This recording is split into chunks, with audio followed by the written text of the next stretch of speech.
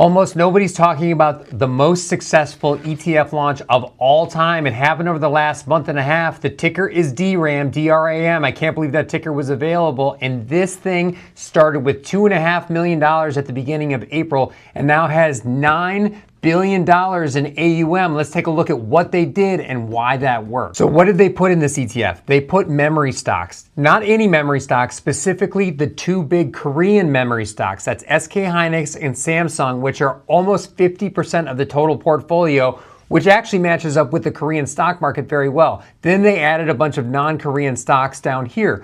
Why is this important? Well, most people can't buy Korean stocks. It's very difficult. You can't necessarily buy them in your Robinhood account or your Schwab account, right? So everybody was underexposed to two of the biggest memory producers in the world. This ETF went out and got shares and then sold them as an ETF, and everybody came clamoring for it to the tune of $9 billion plus. Make sure to subscribe to our morning note if you want to see our updates on a daily basis. 260 every trading day a year. We write it, and we love to have it in your inbox. It's totally free. It takes about 10 seconds to sign up. This is a chart of the KOSPI. That's the Korean stock exchange with 200 stocks in it, and take a look at what it's done since DRAM came about. It is up 37%, and we're going to show you why that is and why this new ETF probably drove a lot of these results. So the KOSPI 200 is their index in Korea. It is the top 200 stocks, but is it really? Take a look at what's really in it. 51% of that index is Samsung and SK Hynix, and then some other names like Hyundai down here at like 2-3%, right?